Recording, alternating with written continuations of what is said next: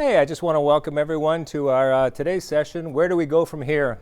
Housing transitions and lifestyle changes as we age.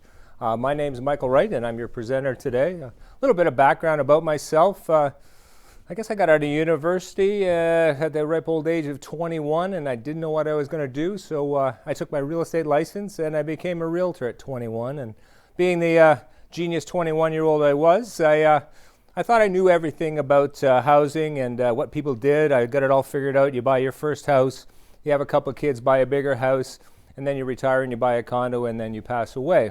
Of course, years later I look back and it was not a great theory I had, because there's many different changes in life, and we're going to talk about them today. One of the things I learned when I was selling real estate is that decision of where do we go from here, it permeates every conversation.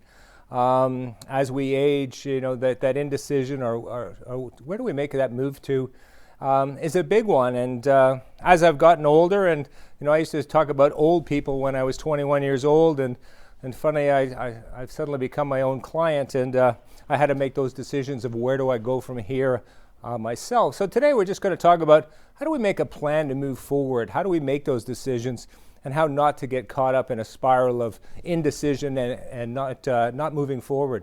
So we got some fun slides. We like to take an entertaining and lighthearted look at it, but it is a serious topic, and bad decisions can really impact our lives, not only financially, but our mental health as also. So let's get started. Let's do a little word association. What do you think about when you think about relaxing? It's sitting on a beach, reading a book at a cottage in Muskoka. What are the relaxing things can we think of? Picture that in your mind, and what do I come up with? A boat on a lake, sitting there, the sun setting. That's just everything runs out of you, and you just feel relaxed. Let's go this one. How about comfortable? Sitting on a nice comfortable sofa, watching TV, going to the movie theater and having your feet up and watching a great flick. What is comfortable? So just picture that, something comfortable. And what do we got here? Oh, look at that, on a beach in a hammock. Nothing more comfortable than that. But again, what do we think of when we think of moving? What goes in your mind instantaneously? It probably looks something like this. It's the packing, the decisions, the lawyers, the money, just the hectic pace and the stress. I mean, one word creates all those imagery. It's in yourself. So again, when people ask, "Oh, are you thinking of moving?" this goes right in your mind, and you go, "Oh no, I won't move for a long time." But as we know, it's just a fact of life that we'll be moving on at some point in time. I've read lots of reports out there, and they say that most Canadians want to age in place. I want to stay in my home. I always wonder, how they gathered that data. Did they phone people up and say, "Are you thinking of moving?" Well, if I said that, if someone phoned me and said, "Are you thinking of moving?" my thoughts would all go to the hectic thing of moving, and I'd say no. So my philosophy over the years is everyone should age in place. It just has to be the right place. So most commonly asked question I get, I've had the opportunity of speaking in all across the country. And when I'm at a seminar, whether it's a public seminar, I do a lot of work with realtors and financial advisors. And the question always comes up, where do we go from here? And my question back to them is, why do you want to leave?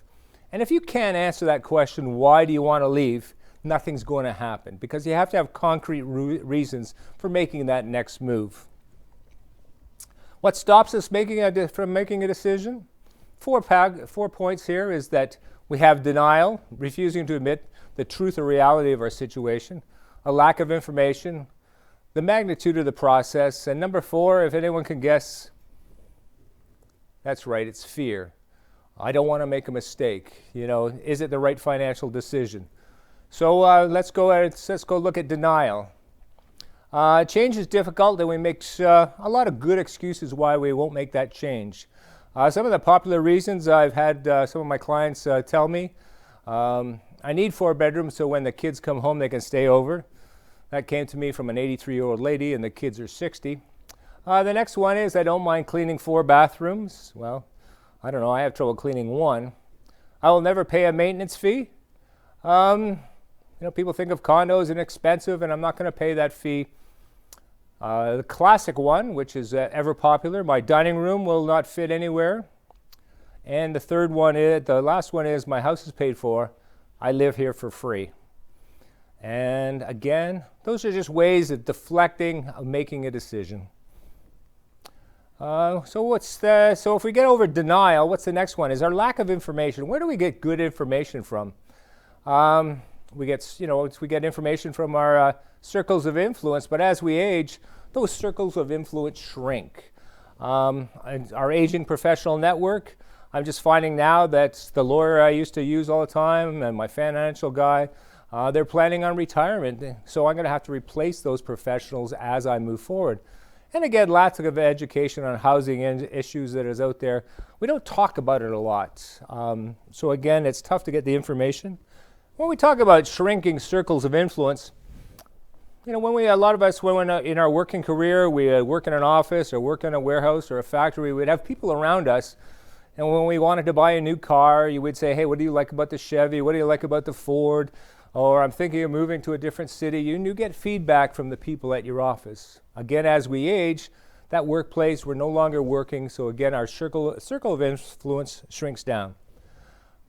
Again, we have, many of us have been in our homes for 10, 20, 30 years, so we have neighbors that we've known for a long time. We talk to them and seek counsel on what they're doing, what air conditioning guy they're using, who's doing their driveway, what are their plans for the future.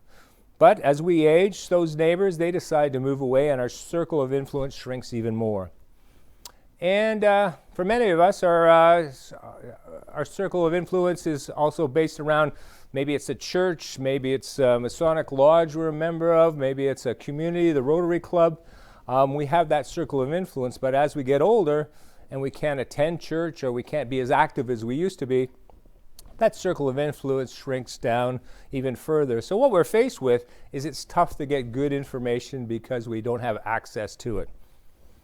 Again, our aging professional network, hopefully that the professionals that we use, the realtor that sold us our first house, he's probably long since retired. The financial professional that we use at the bank, maybe he's moved on.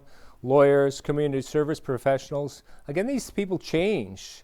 And again, we can't depend on them being there as we need these decisions to be made. The magnitude of the process. I haven't moved in 20, 30, 40 years. Where do I start? And it's overwhelming. I always tell a story. I use it many times, but I go to the doctor, and the doctor says, Mike, you're in good shape, but you should lose a few pounds. So I start thinking to myself, well, I should start walking. And then I keep thinking more, well, maybe I should start jogging. Well, if I start jogging, I should start swimming. If I start swimming, I should start lifting weights. If I'm swimming and lifting weights and cycling, why don't I enter a triathlon? And, it goes on and on. I have all these great ideas, and it suddenly becomes overwhelming when I get home. What do?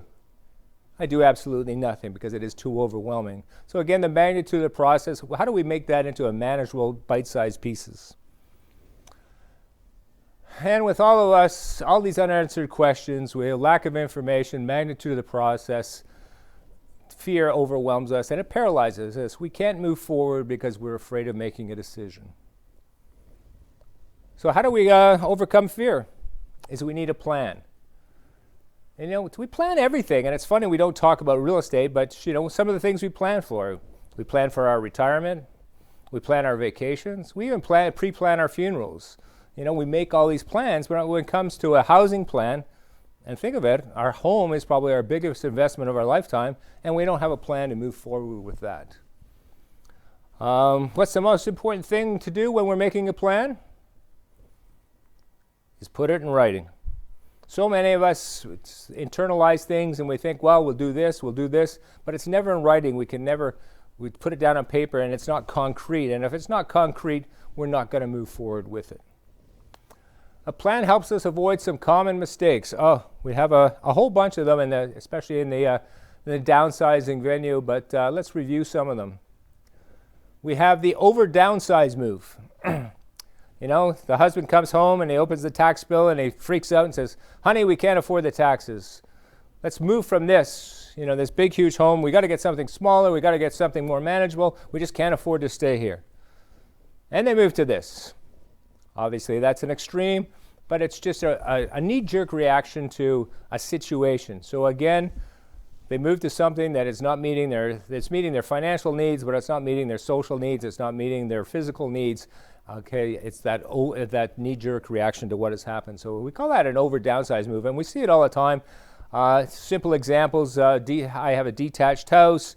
It becomes unmanageable, and I instantaneously go buy a condo. So I go from 2,500 square feet to 800 square feet, and again, it's just too much, and then people backtrack, and maybe they stop and get a townhouse.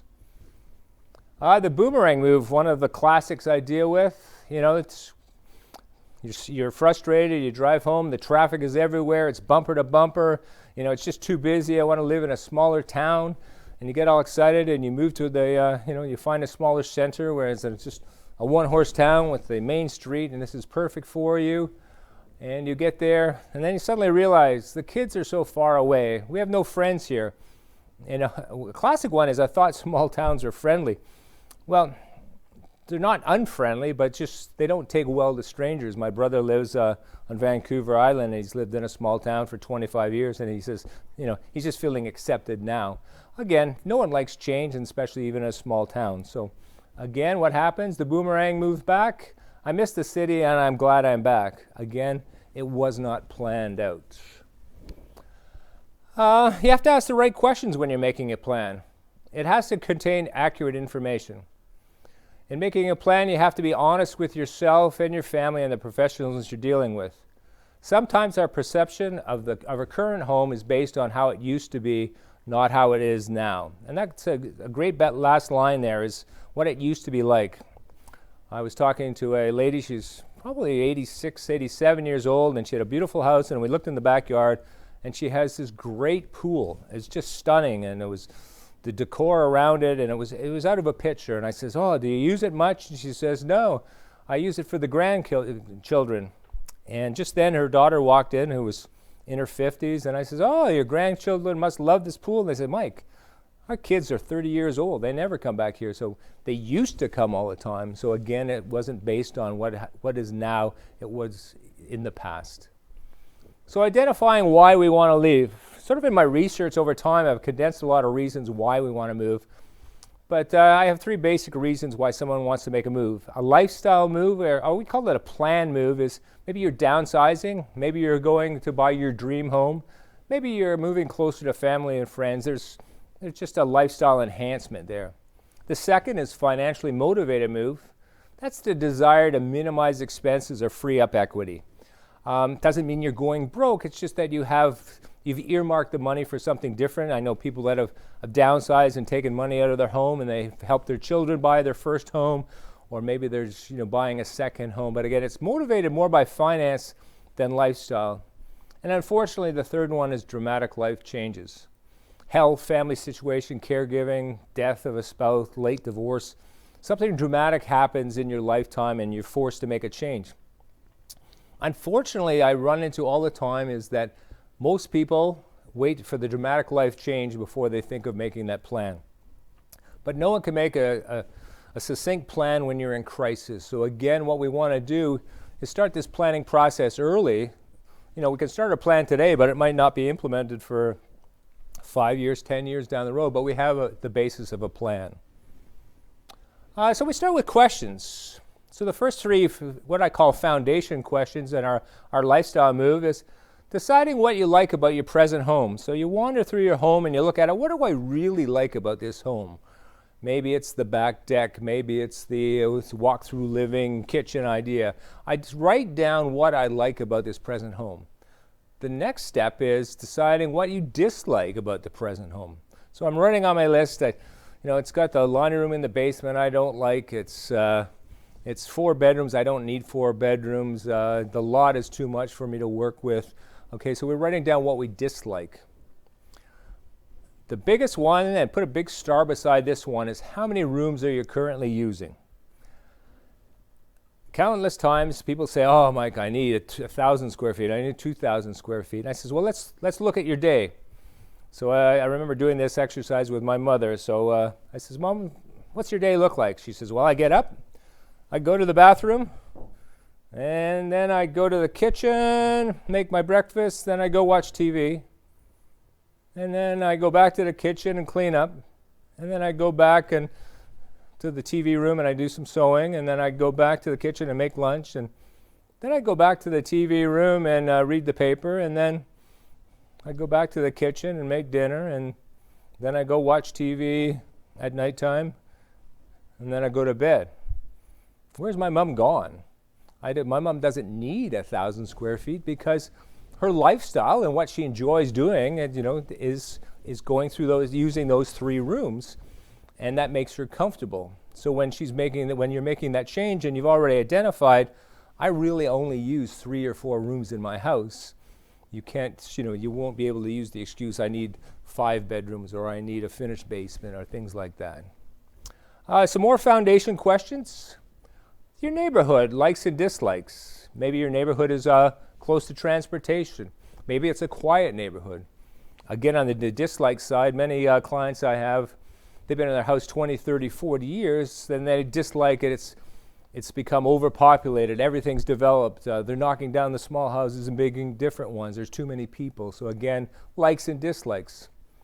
And then maybe listing some features you'd like to see in your new home. You'd really like the laundry room right next to the master bedroom. You would really like a galley kitchen so you could look out into the living area, or whatever it is. That's something that you would like. I'd really like to have a fireplace. I'd really like to have, ensuite washroom. So listing those features that you would like. Impact on family and friends. Put another big star on that one. We have so many people that do that impulse move, and they move away and they realize, they really want to spend more time with their grandkids, or they really miss the people at the curling club. They really miss their neighbors, So what would be the impact on family and friends if I moved away?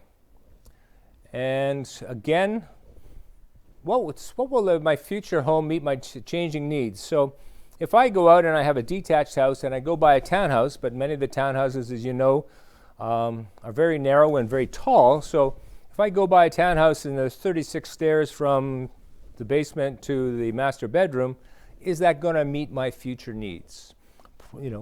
If I'm a marathon runner, maybe. But if I have a bad hip or a bad knee, it's going to wear on me pretty quickly, all those stairs. So our next thing is, our written plan is we've written down there. There's 7 foundation questions we've gone through. And now we look at it from a financial point of view.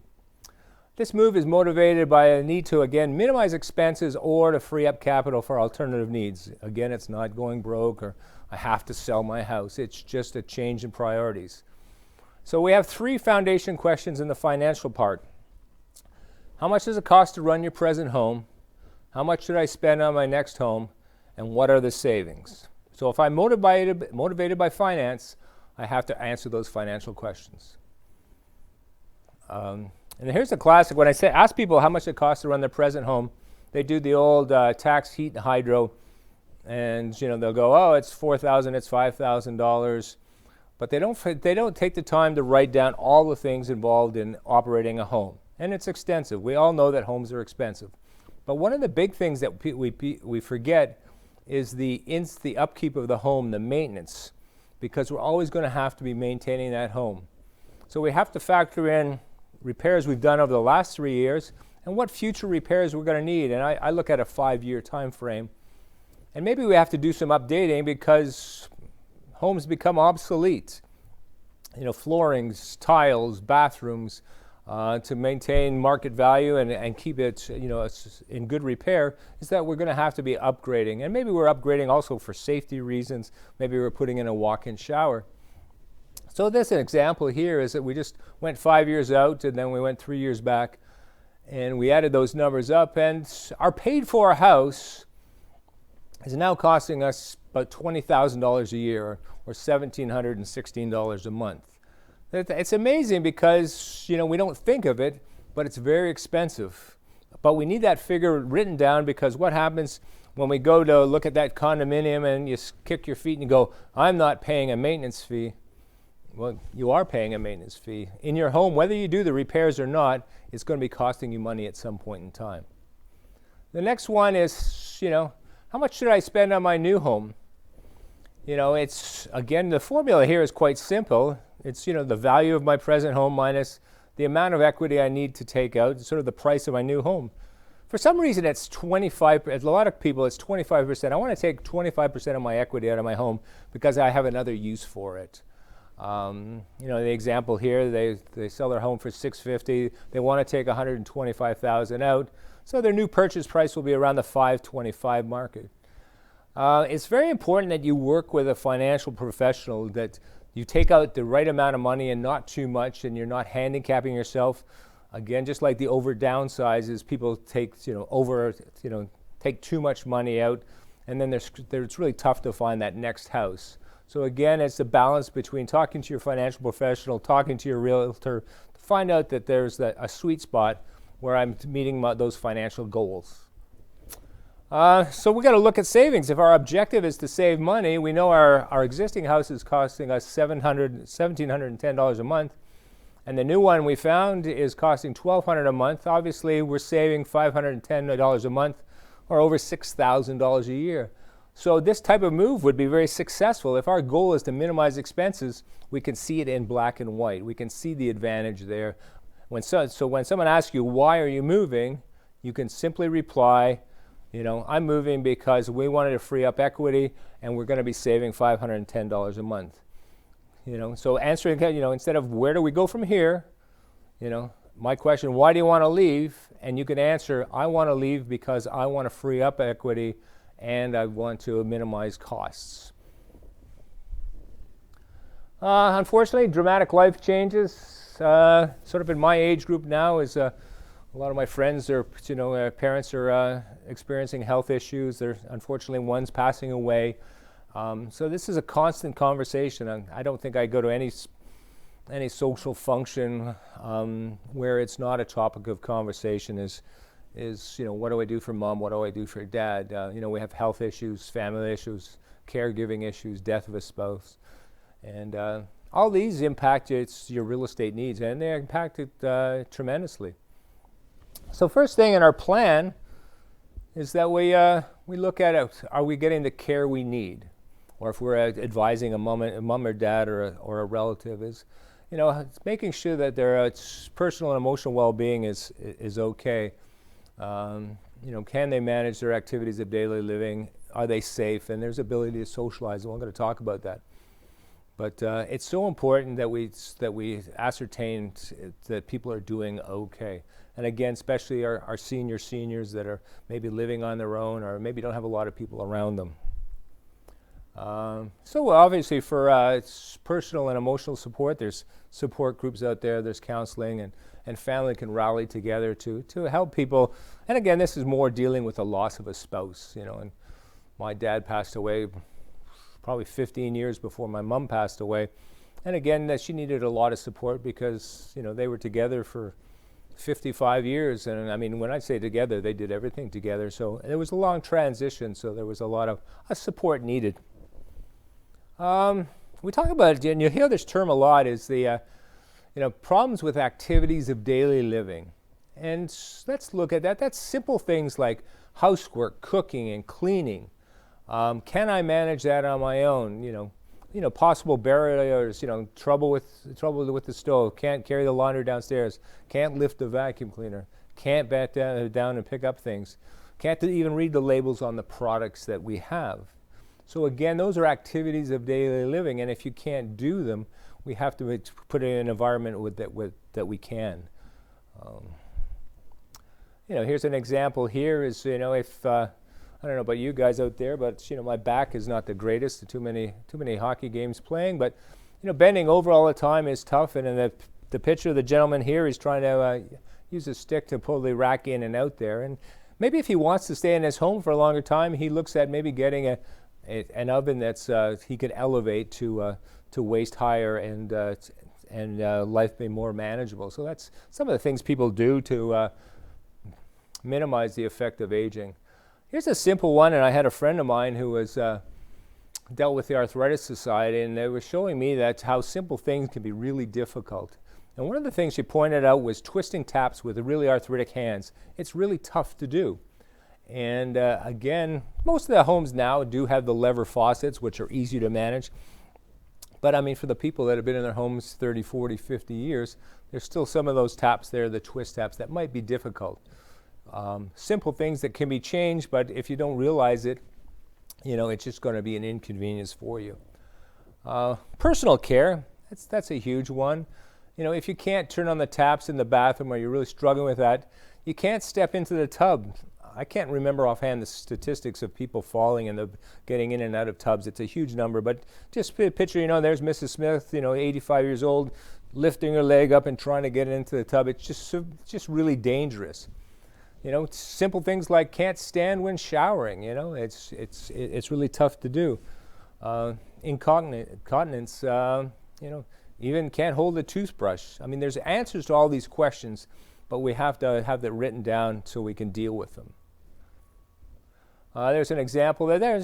My mom lived in a building where it was an older building, and there were 2 washrooms in each unit, but they were both with bathtubs. And one of the biggest things they did is a very industrious gentleman got into the building, and he started doing walk-in showers, converting one bathroom to walk-in showers. And I think out of 300 units in the building, but 75% of them eventually were transformed to walk-in showers, so that people could live in the home a little longer, and it was a much safer place to be.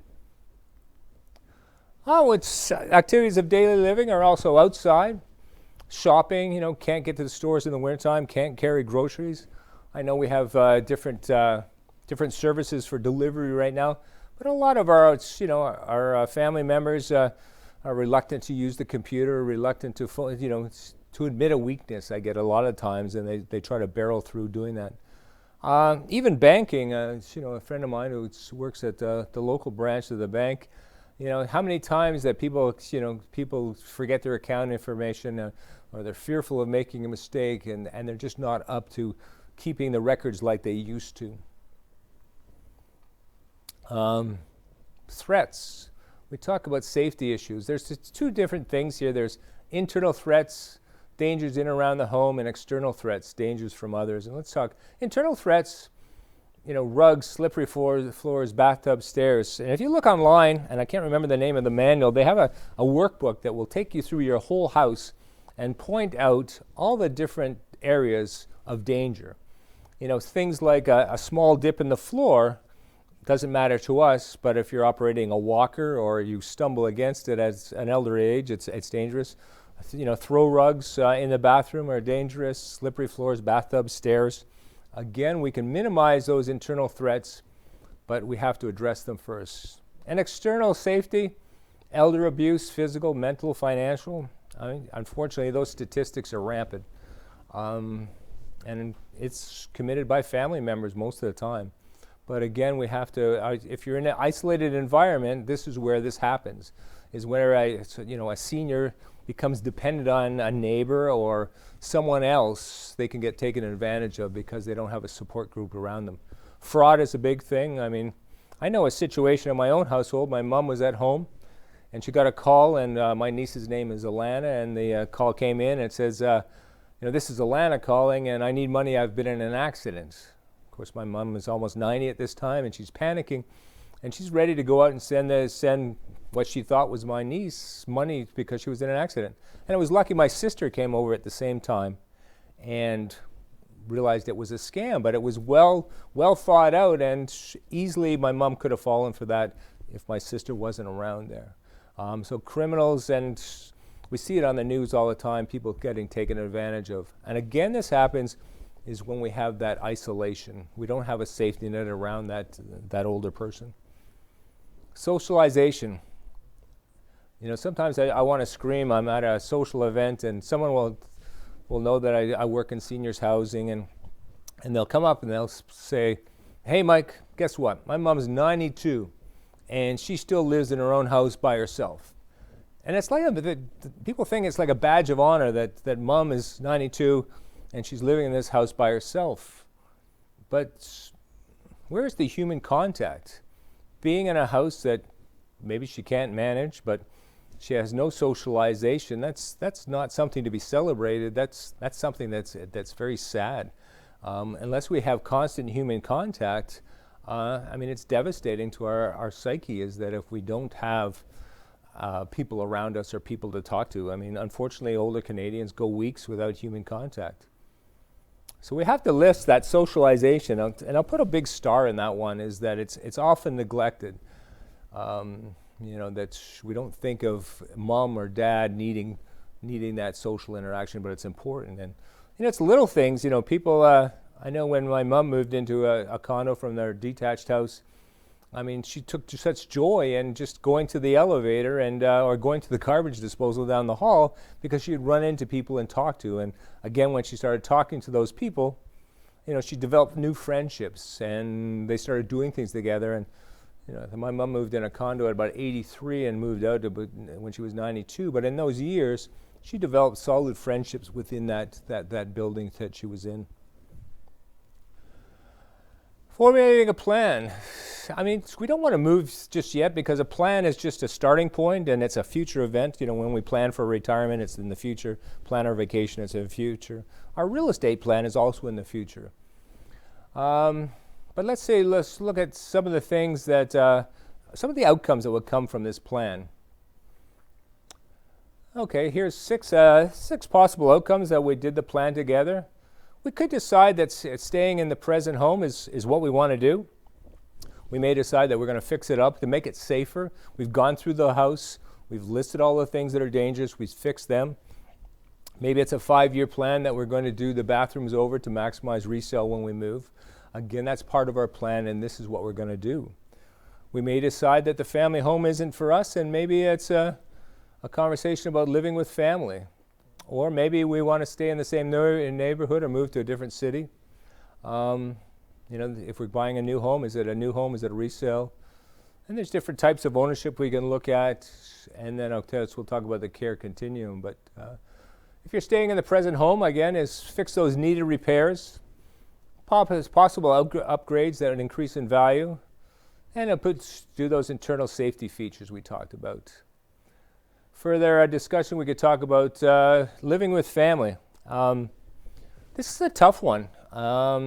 People like the security of living with family, but one of the big things is financial responsibility. And there's some great articles I've read about mom sells her house, moves in with the kids, they move in their kids, and they buy a bigger house. Then 3 years from there, mom has to go into a retirement residence. How does she get her money out of this situation? How is that financial responsibility blended?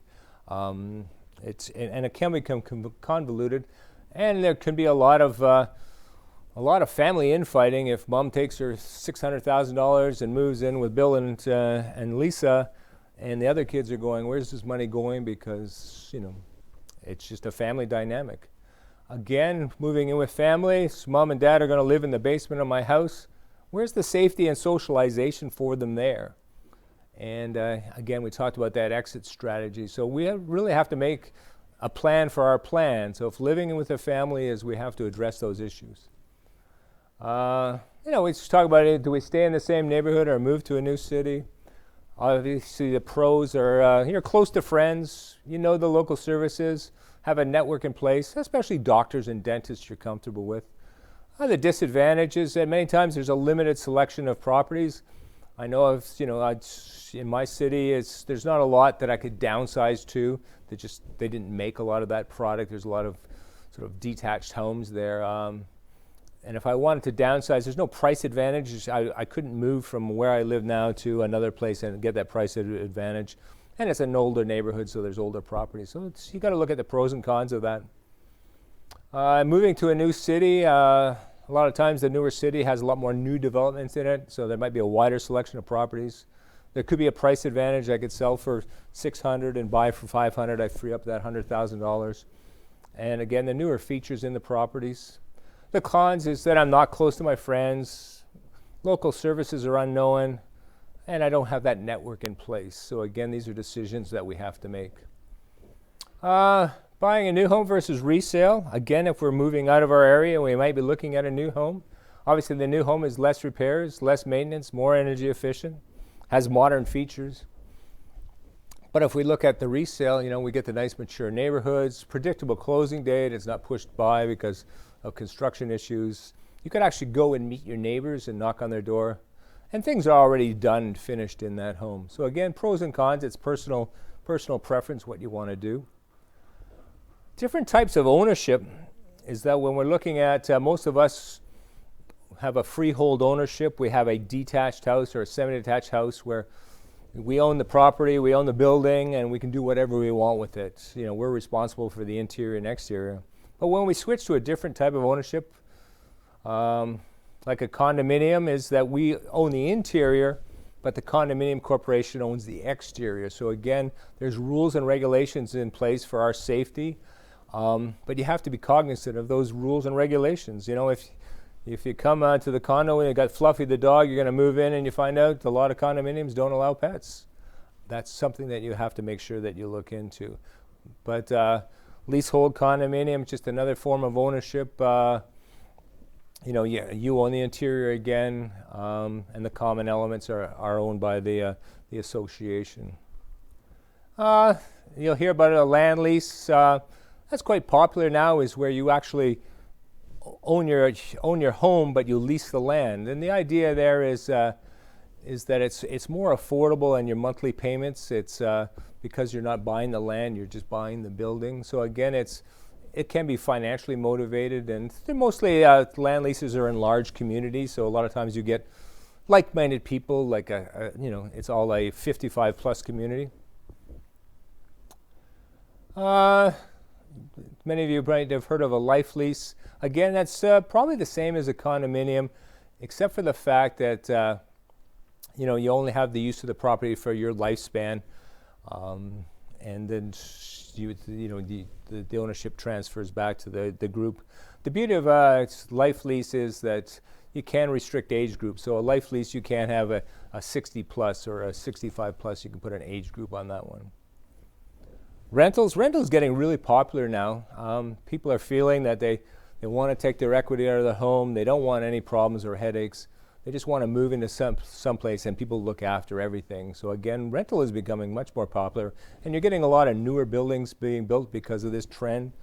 The beauty of a rental is that you close the door and walk away, and you have no long-term commitment to it. Now we have the care continuum. Eventually we'll all face these issues. So we're looking at here, there's 5 stages out there, 6 stages. So we start off living independently, and then as we might need more care, so we might have someone come in to give us a hand. Maybe it's a personal support worker, maybe it's a nurse.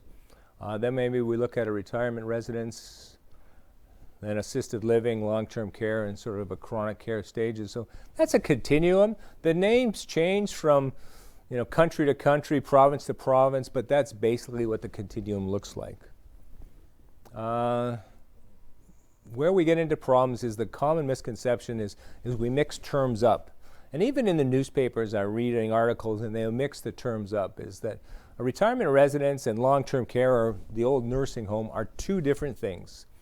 And people blend them together. During the pandemic here, we've had a lot of loss of life in long-term care or nursing homes. And people say, oh, I never go to a retirement residence because all those people died. Well, they're 2 different things, and we have to make sure we know the difference. And sometimes the adult children are the worst ones because they don't know the difference, and they put fear into the older adult because of the fact that they're not familiar with the terms. So let's look at it. Long-term care, again, for your parents, if they're in their 80s or 90s, they'll remember it as the nursing home. They're government regulated, highly government regulated. They're partially subsidized by the government. Buildings can be owned for profit or not for profit, but there's high levels of nursing care. So you have to apply to get into long-term care. You have to get accepted because you have to have sufficient medical needs to go in there. And again, it's high levels of nursing care. So I believe the stat is almost 70% of the people that are in long-term care have some sort of cognizant problems, dementia, and other people have physical problems where they can't move around, so they need that constant care. This is a chart from Ontario. So again, it's a semi-private room. You'd look at paying $22.8004 a month, and a long-term, if you're in a private room, it's $2,700. The government subsidizes the balance of that, and when you think about it, there's probably $4,000, $5,000, $6,000 in subsidies because of the fact that there's doctors and nurses in place and to look after the people living there. A retirement residence, again, they're privately owned. They're not government subsidized. They're free market system. They are regulated in Ontario. They have the Retirement Homes Act and the Landlord Tenant Act. But again, it's free market. There's retirement homes that cost $3,000 a month. There's retirement homes that cost $10,000 a month. There's retirement homes that are very simple, and there's retirement homes that are very ornate, and you can get pheasant under glass delivered to your suite. Again, it's what the market will bear, so you can pay for that. So totally different things is that as a retirement home, anyone can go into the retirement home. Obviously, you have to be in fairly good health if you're going into sort of independent living, but they will assess you and move you through that. But again, I can move into a retirement home, and if I don't like it, I can move to another one. There's nothing stopping me. I can move into a retirement home and then go buy a house. I can move around. You'll see different terms when you talk about retirement homes, retirement communities, retirement residences. So we have independent living where you have your own suites and you have a small kitchenette there, so you cook breakfast and lunch, and maybe you have communal dinners. Again, but it's focused on independence, is that I don't need a lot of care. The idea of independent living is the fact that it's the socialization with the other residents. So it's on a sort of a retirement residence per se is that everything is communal, as in the meals and the interactions. There's nursing assistants available. But again, you're independent. When you close that, you walk in the front door, you close your suite door, that's your place. You're renting that place. You're totally independent from anyone else. We hear the term assisted living a lot. So assisted living is part of a retirement home. So I have a retirement home, and I could have a floor of independent living where people are really, they can manage on their own. But I could have another floor where people need more assists. And it could be the assisted living floor where maybe these people need help getting in and out of bed. Maybe they need help getting into using their walker, or help getting into the wheelchair. So that's you're adding assistance. So you can stay. I can move into the retirement home on the independent side, and then I can add more services. And then when I get to a point, I could move to the assisted living section where they can look after more and more of my needs. When my mom was unfortunately in her late stages, that she needed, help getting in and out of bed. She had to be, wheeled to meals and assisted actually eating. But that was all available to her, And again, I'm going to stress that's added. It's available to her for a cost. You're adding that you have your base rent in a retirement residence, but as you add services, you pay more for it. But the beauty of those situations is you can stay there. And for the next 5 years or 6 years or whatever, you're not forced to move. You can just add services to it. Home sale maximization. We look at, so we've decided where we're going to go. So obviously we want to make sure that when we sell our home, we maximize the value. So again, this is where a realtor is invaluable. Inviting a realtor in, asking for advice. Realtors, if you don't have a realtor that's providing extra service, just get another one, because for most part, the realtor will come in there and walk through the home and talk about things that should be upgraded.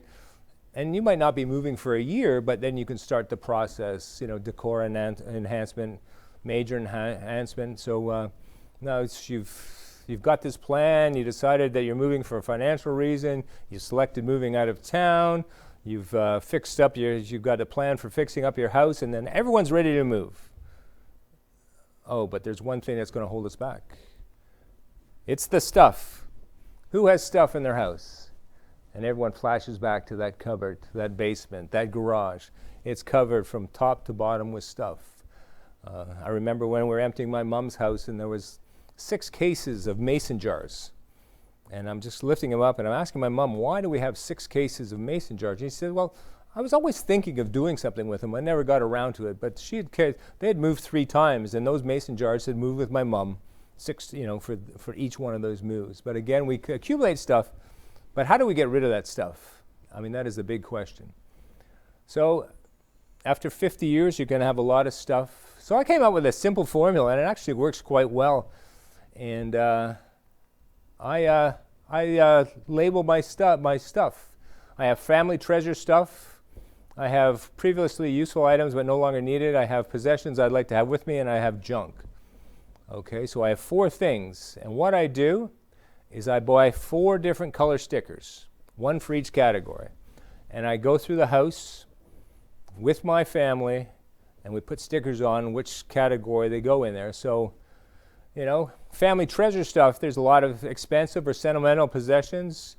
You distribute the list among your family members and what they would like, and and then again, the big key there is when are they going to pick it up and get it out of the house. So that's family treasure stuff. So we've gone through and we put our stickers on who's going to get what. And then good stuff but no longer needed. There's estate brokers, consignment shops, local charities, women's shelters, church groups, Habitat for Humanity. A lot of these people want your stuff, so you just have to make it arrangements for them to pick it up or you drop it off. So you can really do a great community service by making sure you're not throwing things out, but you're making sure they're recycled to appropriate agencies.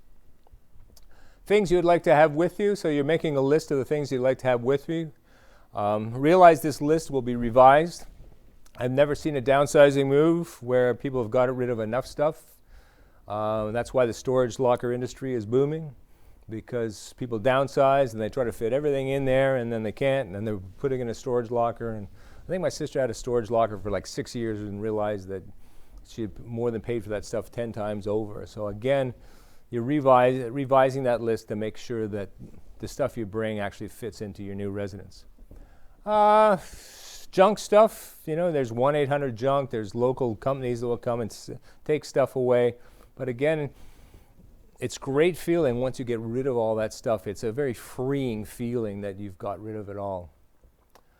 You can't do this alone, especially for many of us that the family members live out of town or they're not close by. So you're depending on different professionals. We talk about the realtor giving us data and helping us out with home sale maximization. Financial professional, especially if we're thinking of downsizing and pulling out money or investing money, make sure that we're going there. If we're looking at tax advice, especially if we're maybe selling a home and a cottage, things like that, there's tax implications. So again, what we want to do is get professional advice before we make that decision. So professionals we might need, again, is that financial advisor, that realtor, legal advice, both on the real estate and the estate side, because you might as well update everything at the same time. So you get your real estate contracts done, and do your estate planning, get your will updated, get your power of attorneys updated. And again, an accountant or tax specialist to make sure that we're all on side on the tax situation. Is this a long process to make a real estate plan? No, I think our foundation questions were 7, our financial questions were 3. I think our dramatic life changes was 4 questions we're asking ourselves. But the thing is, you have to sit down and do it. You have to write down and make that plan. And you can make that plan on your own. You can make that with family. But the thing is make the plan so you're not scrambling at some point to make a decision, as everyone knows what your wishes are. I mean, your plan might be, my wife and I are going to live together, but if anything happens to my wife, I'm going to do this. But again, what we want to do is have that concrete thing is, instead of going, where do I go from here, is that I've answered the question, why do I want to leave? Hey, I want to thank everyone for taking the time to watch this presentation. If you have any questions, feel free to contact me, and I will post my contact information on the board. Thank you very much.